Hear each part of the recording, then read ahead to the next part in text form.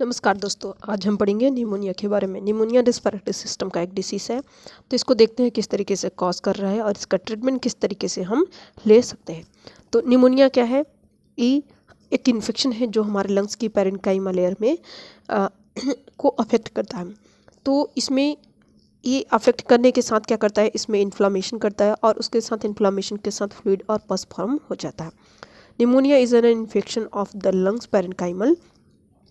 Parenchyma का मतलब क्या होता है? एल्वुलाई। तो उसको क्या कर रहा है? ये अफेक्ट कर रहा है, जिसके कारण क्या हमें देखने को मिलेगा? Inflammation and filling of the alveoli with fluid and pus. अब इसमें क्या होगा कि जहाँ पर पैरेन्काइमा है वहाँ एल्वुलाई जो हमारे हैं वहाँ पर क्या होगा? इन्फ्लामेशन के कारण पस और फ्लूइड कलेक्ट हो जाएगा, जिसकी वजह से क्या होगा? ब्रीथिंग डिफिकल्टी कॉज होने लगेगी। और ये हमें निमोनिया का इस तरीके से एक डेफिनेशन मिलता है और हमें अच्छे तरीके से समझ में आता है। अब उसके बाद से हम देख सकते हैं कि ये जो इन्फ्लामेशन कॉज हुआ है, इन्फ्लामेशन किस वजह से कॉज हुआ है? इन्फेक्शन के कारण। और पस और फ्लूइड जो फॉर्म हुआ है वो कहाँ? एल्वुलाई में, जो ब्रीथिंग डिफिकल्टी कॉज कर रहा है। अब देखते हैं उसके बाद हम कॉजेस। तो कॉजेस में क्या देखते हैं हम? सबसे पहला ये क्या है? इन्फेक्शन है, तो इन्फेक्शन क्या हो सकते हैं? बैक्टीरियल और वायरल हो सकते हैं। तो सबसे पहले बैक्टीरिया में क्या देखते हैं हम कि सबसे पहला स्ट्रेप्टोकोकस निमोनियाई। जो स्ट्रेप्टोकोकस निमोनियाई है वो कॉजिटिव ऑर्गेनिज्म में कॉज करेगा। और उसके बाद दूसरा जो कि सबसे मोस्ट कॉमन देखा जाता है स्ट्रेप्टोकोकस निमोनियाई। दूसरा आता है वायरस में क्या देखने को मिलेगा? इन्फ्लुएंजा वायरस और आरएसवी वायरस। आरएसवी वायरस क्या होता है? Respiratory syncytial virus. तो अब ये रिस्पायरेटरी सिंसाइटियल वायरस जो है वो किस तरीके से कॉज करते हैं, हमें ये थोड़ा सा हमें एक इमेज और थोड़े से डिस्क्रिप्शन पे हम चर्चा कर लेंगे तो हमारा ये बहुत अच्छे तरीके से क्लियर हो जाएगा। तो आइए देखें हम कि किस तरीके से ये हो रहा है। तो रिस्पायरेटरी सिंसाइटियल वायरस जो है ये भी क्या है? वायरसेस है जो कि रिस्पायरेटरी सिस्टम को ही अफेक्ट करेगा और निमोनिया को बढ़ाने में मदद करता है। और उसके बाद क्या आता है? कोविड-19 है जो कि हमें कोविड में देखने को मिला है। तो आरएस वायरस जो है, आरएसवी वायरस, उसके बारे में देखते हैं। ये है जिस तरीके से हम देख रहे हैं इमेजेस में, म्यूकस फॉर्म हो रहा है, लिम्फोसाइट हैं और इस तरीके से जो हमारे न्यूट्रोफिल्स हैं, और ये इन्फ्लामेशन दिख रहा है लंग्स को किस तरीके से हमें हमारे अफेक्ट कर रहा है। इस इमेज से क्या होता है? आरएसवी वायरस जो होता है वो हमारा क्लियर होता है, ब्रोंकाइटिस कॉज कर रहा है ये सारा। और ये आरएसवी जो है 1 से 2 साल वाले बच्चों में ज़्यादातर देखने को मिलता है। नेक्स्ट आता है क्या? फंगाई जो है ये भी क्या है? एक कॉज रिस्पॉन्सिबल होता है जो हमारे निमोनिया के लिए रिस्पॉन्सिबल होता है। नेक्स्ट आता है aspiration of food in gastric content. जो भी गैस्ट्रिक कंटेंट है और फूड कंटेंट है उसको एस्पिरेट कर लेने के कारण हमको निमोनिया देखने को मिलता है। तो हम इसमें क्या होता है? निमोनिया को देखते हैं कि किस तरीके से हम एक इमेज के माध्यम से कि निमोनिया किस तरीके से कॉज हो रहा है। ये हेल्दी लंग्स हैं जिसमें हमारे नॉर्मल एल्वुलाई थे ए और इन्फ्लेट एल्वुलाई। तो हमारे जो एल्वुलाई है उसमें किस तरीके से आप दोनों में डिफरेंसेस देख सकते हैं कि किस तरीके से डिफरेंस में नॉर्मल और इन्फ्लेटेड देख रहे हैं। यहाँ पर आप देख सकते हैं ब्लॉकेज हुआ है जो हमारे एल्वुलाई हैं और यहाँ पर फ्लूइड कलेक्ट हुए हैं। ये नॉर्मल हमारे एल्वुलाई हैं। और इस तरीके से जब हमारे लंग्स में क्या होता है? पस फॉर्म हो जाता है, तो इस तरीके से हमें ये नॉर्मल लंग्स में दिख रहा है क्लियर। और यहाँ पर क्या है? जो पस फॉर्म हो गया है उसमें हमें इस तरीके से वायरसेस देखने को मिलेंगे। हेल्दी लंग्स और लंग्स विथ निमोनिया, इस तरीके से हमें पैचेस देखने को मिलेंगे। तो आपको ये इमेज के माध्यम से निमोनिया क्लियर हुए होंगे। अब हम देखते हैं क्या टाइप्स में इसके निमोनिया के कई सारे टाइप्स हैं। तो आइए टाइप्स भी देख लेते हैं एक बार हम। टाइप्स में देखते हैं सबसे पहले क्या है? Lobar pneumonia.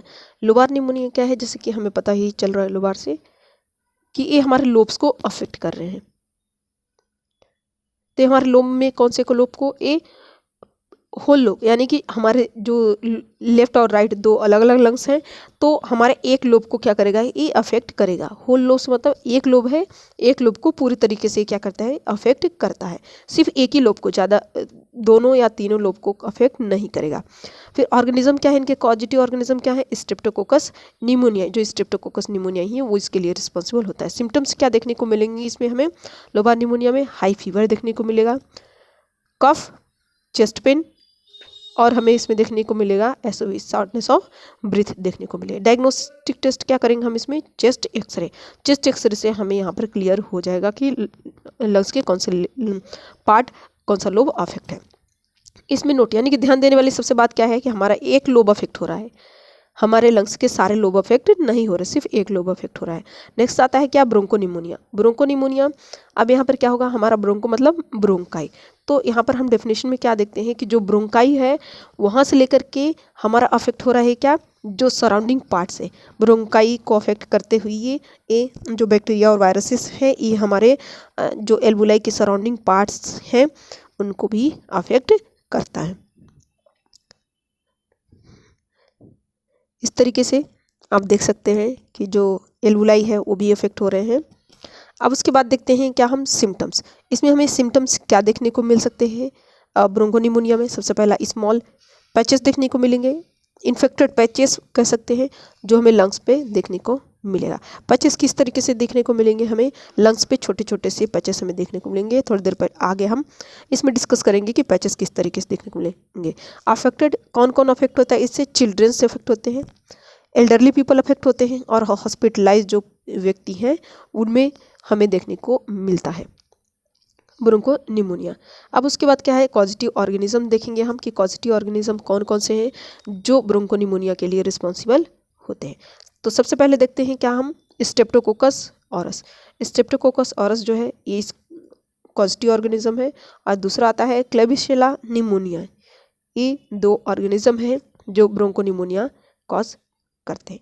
इसमें नोट यानी कि ध्यान देने वाली सबसे जरूरी बात क्या है कि इसमें मल्टीपल पैचेस देखने को मिलते हैं, मल्टीपल इन्फेक्टेड पैचेस हमको देखने को मिलेंगे किस पे, लंग्स पे। पैचेस किस तरीके के होंगे एक इमेज से हम देख लेते हैं। ये देख सकते हैं आप कि ये जो छोटे छोटे से पैचेस हमको देखने को मिल रहे हैं ये है पैचेस, इन्फेक्टेड पैचेस और मल्टीपल पैचेस जो हैं ये ग्रीन ग्रीन से देखने को मिल रहे हैं, और ये लंग्स के अलग अलग लोब्स में हमको देखने को मिल रहे हैं। अब देखते हैं थर्ड नंबर आता है इंटस्टिशियल यानी कि एटिपिकल निमोनिया। इंटस्टिशियल में क्या है कि जो हमारे क्या है इन्फेक्शन है वो स्प्रेड होता है कहाँ, एल्वुलाई, और जो एल्वुलाई के बीच में जो टिश्यूज होते हैं हमारे उनमें भी उनको ये अफेक्ट करते हैं। Infection spread from alveoli and between the tissues of alveoli. Alveoli में होने के साथ साथ जो टिश्यू पाए जाते हैं यानी कि इंटस्टिशियल टिश्यू उनमें भी पाए जाते हैं। इनके ऑर्गेनिज्म क्या हो सकते हैं जो इनको कॉज करने के लिए रिस्पॉन्सिबल होते हैं, तो इसमें है माइकोप्लाज्मा निमोनियाई,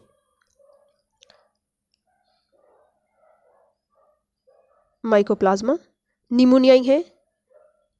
और दूसरा हम देखते हैं इसमें कॉजेस क्या देखने को मिलेगा, इन्फ्लुएंजा वायरस। और इसमें हम कुछ सिम्टम्स देखते हैं कि सिम्टम्स हमें क्या देखने को मिल सकते हैं, तो है इसमें ड्राई कफ, फीवर देखने को मिलेगा, वायरल और इन्फेक्शन है, वायरल और बैक्टीरियल तो इन्फेक्शन, हेडेक और बॉडी एक देखने को मिलेगा। नेक्स्ट इसमें ध्यान देने वाली सबसे ज़रूरी बात क्या है कि इसमें ड्राई कफ देखने को मिलेगा और वायरल इन्फेक्शन होगी, इसमें बैक्टीरियल नहीं होगा। तो ये दो चीज़ें हमें ध्यान देने वाली बात है।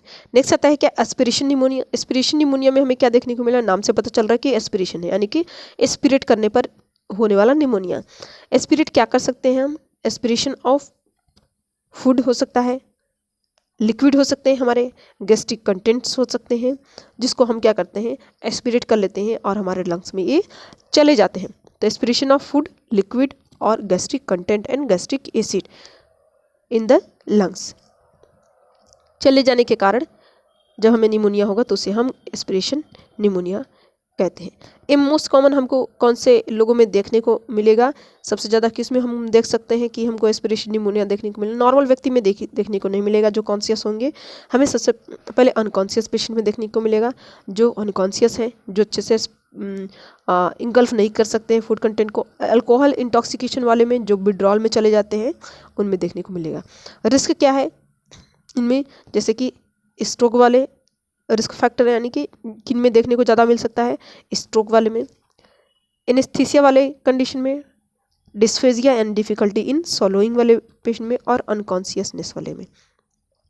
इन कंडीशनों में हमें देखने को मिल सकता है। अब इसके साथ कुछ और क्लासिफिकेशन है जो हम क्या कहते हैं अकॉर्डिंग टू प्लेस की अकॉर्डिंग हम देखते हैं। तो classification based on the places, ये हमारे क्लासिफिकेशन है निमोनिया के। तो पहला हम देखते हैं क्या है community acquired pneumonia. Community acquired pneumonia क्या होता है कि जो हमारा कम्युनिटी में हो यानी कि हॉस्पिटल में नहीं हो। तो आउट ऑफ हॉस्पिटल जब हमें जो निमोनिया हमें आउट ऑफ हॉस्पिटल देखने को मिलेगी वो हमारा निमोनिया क्या होगा, कम्युनिटी निमोनिया कहलाते हैं। तो कम्युनिटी निमोनिया में उतना आपको जो क्लासिफिकेशन है इसमें आपको कोई डाउट नहीं होंगे, बहुत ही क्लियरली समझ में आ जाएगा। तो आउट ऑफ हॉस्पिटल जो हो रहे हैं वो कम्युनिटी एक्वायर्ड निमोनिया कहलाते हैं। दूसरा है hospital acquired pneumonia. Hospital acquired pneumonia आपको नाम से ही पता चल रहा है कि ड्यूरिंग हॉस्पिटलाइजेशन, हॉस्पिटल के समय तो 48 आवर्स आफ्टर एडमिशन डेवलप होते हैं हमारा hospital acquired anaemia pneumonia. Admission के बाद 48 आवर्स के बाद जब डेवलप होता है तब उसे हम हॉस्पिटल एक्वायर्ड निमोनिया कहते हैं। नेक्स्ट आता है वेंटिलेटर निमोनिया। वेंटिलेटर निमोनिया कब होगा, जब व्यक्ति हॉस्पिटलाइज होगा और हॉस्पिटलाइज होने के साथ साथ तो क्या होगा वेंटिलेटर पर रहेगा। तो वेंटिलेटर पर रहने के साथ साथ एक क्या होता है 48 से 72 घंटे तक अगर पेशेंट वेंटिलेटर पे है उसके बाद ये निमोनिया कॉज होता है 48 to 72 आवर्स के बाद। अब इसमें हम सिम्टम्स देखते हैं। सिम्टम्स हमको क्या देखने को मिलेंगे, ये वेंटिलेटर निमोनिया का नहीं, ये कंप्लीट निमोनिया के सिम्टम्स है। फीवर